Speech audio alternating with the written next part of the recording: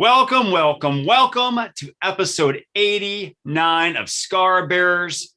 I'm your host, Chris D.T. Gordon. Thanks so much for joining me today. I greatly appreciate it. And thank you also to Nate and Britton Barron, the dynamic duo of my post-production team. If you want them to work on your projects, just reach out to them at Nate Barron. Well, it is January 2022 as you are listening to this, and it's a new year, but unfortunately that doesn't mean all the problems from the last year are gone. They're still here, and especially with our young adults, they are still struggling through problems and situations that need more gratitude, positivity, and resilience for them to overcome those challenges. And the attitude of gratitude tag can help them with that. So if you know of any groups, schools, organizations that could benefit from greater gratitude, positivity, and resilience, please reach out to me at chrisdtgordon.com so my message can serve those who need it. Well, and speaking of serving, I'm with a new friend, Deejaegh Beck. How are you today, Deejaegh? Not too bad. And you? Very well, thank you. Thanks for being here. And Deejaegh is not only your name, but it's also your job. You are a radio host, correct? Right. Excellent. Right. And so, I know it's kind of ironic having the name DJ, and I'm a radio DJ. So that kind of goes with the flow there. That works very well. Yes. Kismetic, I guess you could say. Yeah. And so we have that in common. We use our messages to create platforms to help others out. Though our stories, our upbringings are a little bit different, I think. So why don't you go ahead, Deejaegh, and please tell your story. Okay. So from an early age, I'm going to start after I was adopted. I'm an adoptee who has struggled with mental health for most of my life, but also on top of that, I have struggled with trauma, childhood trauma. I was raised by a narcissist who was just really mean to me. And when I got to an age where I was old enough to understand what she was doing and how she was doing it, I kind of noticed all the signs, but didn't really know what the signs. I was 10 years old, and she actually said to me that I was fat, stupid, and ugly. Now, if you're a child or adult that went through things like this before, you're not alone. There's many people around that's gone through it, including myself. And Chris, have you gone through childhood abuse or no? Honestly, I have not. I had things in my childhood that happened, but none of them were caused by parents or other adults. Okay. Yeah. So growing up, when I was actually 12, give me a second. I'm thinking. Yeah, when I was 12, I just had enough, and I decided to go live with my dad because I'm sorry, I had it. She was taking things too far, and I would have rather lived with my father over anybody else, because he was actually the good one of the relationship, and we had a really good relationship. So yeah, growing up into my teenage years, I would go back and forth to that woman's house and back to my dad's, and just a lot of abuse from her end.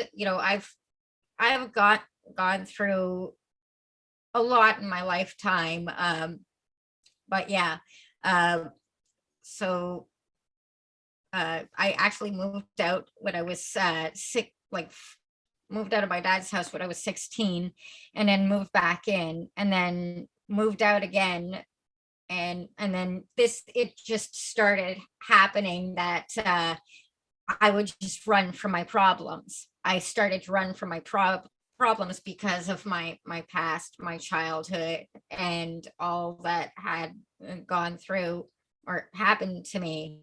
So I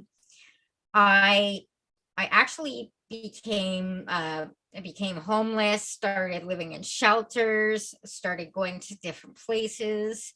And I'm Moving. sorry, DJ. I'm sorry to interrupt. I should just give an idea of where you're at. You live in Toronto, correct? Right.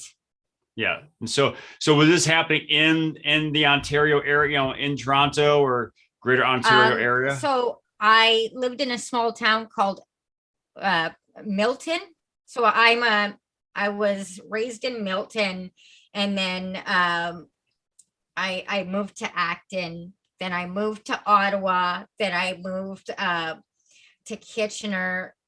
I've been everywhere in Toronto, or sorry, Ontario. Mhm. So during my adulthood and my teenagehood, I got pregnant when I was 19 years old. I ended up miscarrying her when I was 6 months pregnant due to someone punching me in the stomach. Oh my goodness, I'm sorry. Then I got into a really abusive relationship with a guy named JJ, and got out of that one because my ex-girlfriend Sherry, who I'm sorry, if it weren't for her, I wouldn't be here. I wouldn't be talking to you. Mhm. So when I was 23, I got pregnant again. I had him, and then he was actually taken away from birth. Now, here's the kicker. After the adoption, after, more bad stuff happening to me, like being run out of my home, moving to Niagara Falls, trying to fix my life again, and then ended up, just screwing everything up after that.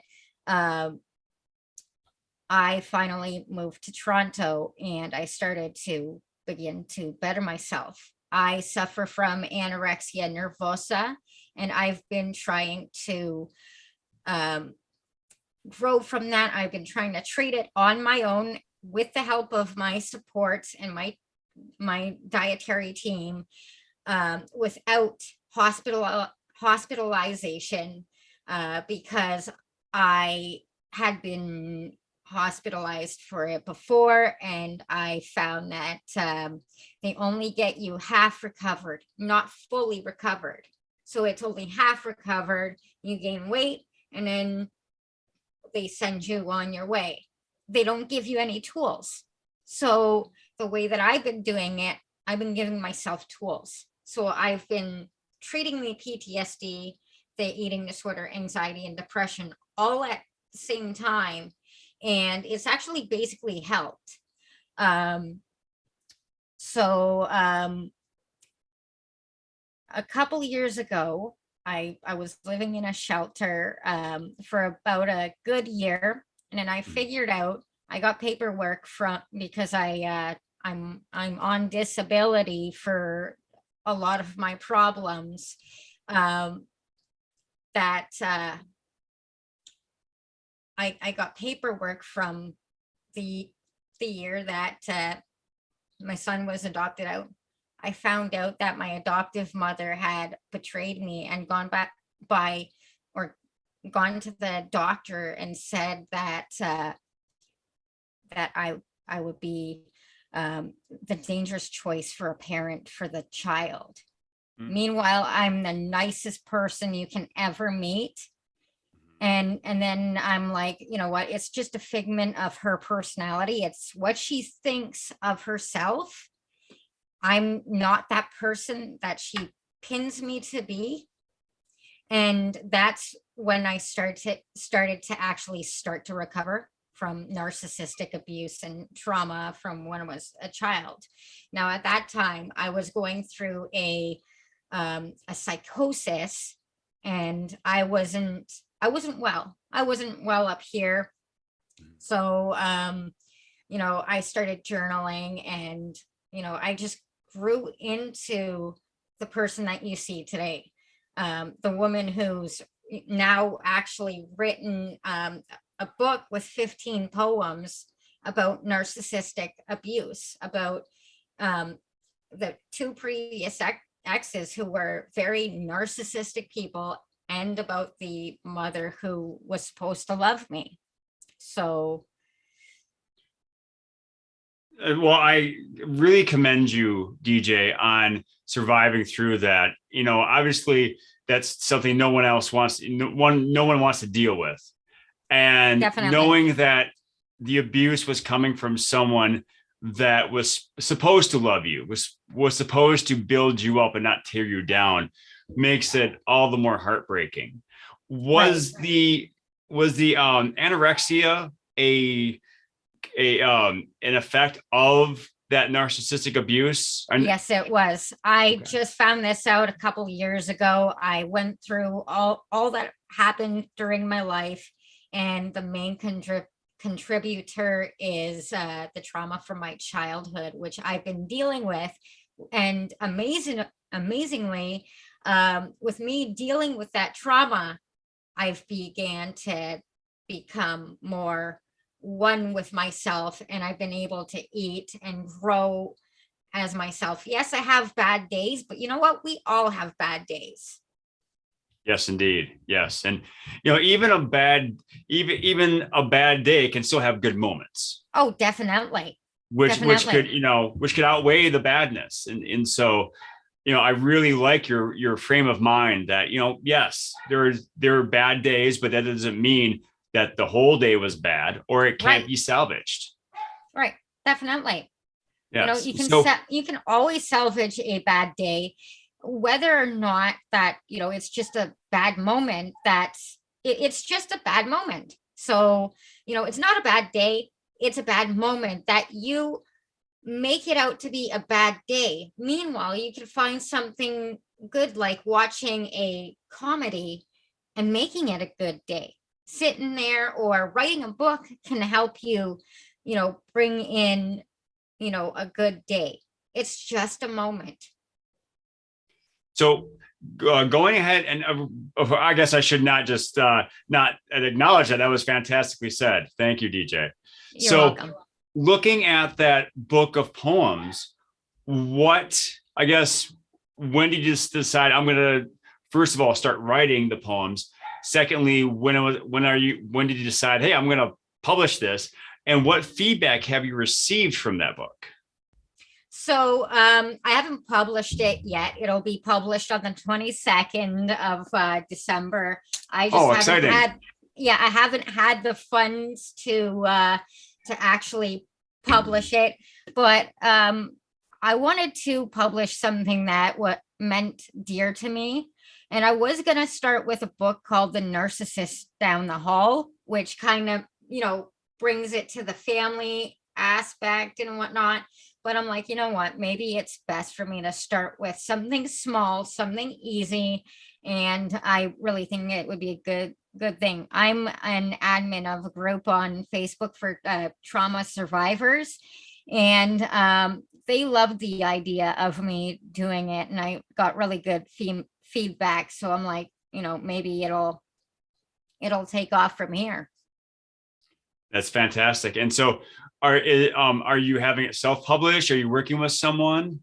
I'm Or self-publishing it excellent. through a site called Tableau. Okay. Um, it it just popped up one day, and I'm like, I want to write a book. So basically, I found the publishing app, and it looked really good. So they have different plans ranging from $99 to $300 if you want to publish, a hardcover on the Google apps, or a soft cover. And then there's the one for 99 that is just for like apps and whatnot. That's a great deal. And I'm so happy you found that because, so many people think, oh, I'm going to publish a book and I'm going to become rich. But it's, publishing a book is not, being rich, becoming rich from a book is not everyone's goal. Right. And, But go a ahead, lot go of ahead. people, sorry, a lot of people that I've seen talk about that, and I'm like, you need to first come up with goals you want to, come by. And then number two, you need to find a publishing place that will publish your book. And then number three, you need to start advertising, advertising, advertising. And that's all it is advertising. If you want to get rich and big, advertise. All it is that. Yeah, exactly. And so looking at the radio hosting, become a DJ, DJ the DJ. How did that come about? Okay, so one of my ex-boyfriends, who was actually a owner of a radio station, came up to me like what was it, back in April, and was like, "Hey, I love your podcast." So I started as a podcaster. So I love your podcasts. I would love to have you on the radio. And it just went from there. I went from Galaxy to Feel, to another station that I was on for like a little bit. And then now I'm on a radio station called Your Hits Digital. My bosses are awesome. Nikki Power and George Talbot, they're like really awesome people. So excellent. So do you what kind of shifts do you work? What kind of music or programming do you serve? Okay, so we are a UK. I work in the UK. Okay, so basically I work from Fridays 8 a.m. to 10 p.m. Eastern Standard Time. Sunday, Wednesday, and Sunday, Tuesday, and Thursday. It's I believe they're 5 hours apart from us, and it's 6 to 8 p.m. their time, so which would be like 5 hours, time difference for us. But yeah, I'll give you all the details after the show. Okay. But we're a variety station, so it's kind of neat. So I could play, hip hop, rock, whatever, Follow up Rage Against the Machine with some Weird Al, with some, some old school Simon and Garfunkel. Right. I have actually they're like show genres, but I don't follow them anymore because just everything is a mess for me right now. I'm getting ready to move, so I'm like, yeah, I'll just get this done quick and easy. Okay. Well, that's fantastic, and it's so fun to be able to work in an atmosphere where your supervisors or your employers are, as you said, awesome people, and allow you to express yourself. Have you ever read any of your poetry on air?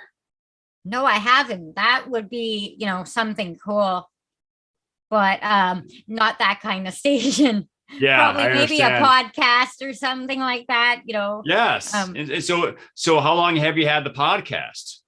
Actually, I had shut down my previous podcast, the Deejaegh Show. I went by another name, and that's actually how I came up with DJ. Okay. So Deejaegh. So nice. I wanted to, start something else up. There's a new podcast that I'm working on that is supposed to come out in March, called Dare to Dream Podcast. Oh, fun. So it's all about mental health, life, it's just, I actually had to add a couple of extra people into it because there's so many topics with this whole, podcast. It could go one way or another way. So, well, if you're looking for guests, please keep me in mind. I'd love to share my message. I will. Well, it's funny you talk about this starting in March, my next question was, what is next for you? And that definitely is one answer. What else is going on? So I'm going to be releasing that book, and then I'm going to release a second book. So the second book is actually called a world. Give me a minute. Oh crud, I can't remember it off of heart, but you know what? We'll put it in the show notes. Yeah. So just when you remember it, just tell me, and I'll put it in the show notes. And people can A learn world about of remorse. A world of remorse. It's actually about hobgoblins and like it's like it goes fantasy, but I use actually my whole story in it. So it's what? It's like a little bit of a twisted turn. It goes to the elves. So me, the main character, we're just standing on a cliff with this good-looking elf who's supposed to try and save me. I'm like, it doesn't like it's I don't know, it's kind of really fantasy with nonfiction baseline, and it's really hard to describe. So okay, well, no, it sounds very interesting. And I'm not sure if you've noticed this, but with the Marvel Cinematic Universe, and especially with the Disney Plus shows, how they're able to take very grounded and serious topics and put them in the world of the MCU to bring them alive. I think that's a very powerful tool, because you can use those messages and intertwine them in these characters and these situations to not only make them entertaining, but also make them thought-provoking and, as I said before, grounded in some sort of realism. Okay. The book actually comes off of the series with the same name. Okay. So it's a series with the same name, and then it's just going to be a bunch of books in the series. So it's going to be kind of cool. Oh, nice. Yeah. Well, I'm very excited to learn more about that. So, and Definitely. that's coming up. Yep. And that's coming after the first book, the book of poetry. So yeah. Excellent. Lots of writing still involved. Yeah. Yep. Yeah, definitely. Writing is a never ending process. I like to say that even if you're finished with a book, it's not really finished with you. You could always add something else. You can always change something, but it's a beautiful process. Definitely. So as we close out, Deejaegh, what is a message you want to leave with my audience that maybe could help them see see a situation that they are in a different light? Because you have shown that throughout your life, you can take these situations that are pretty dark and it can be destructive, but you can turn them around and make something beautiful out of it, like this book idea you just explained. Thank you. So you don't have to be your illness, for one, and number two, you can gain more insight from actually looking into within as well.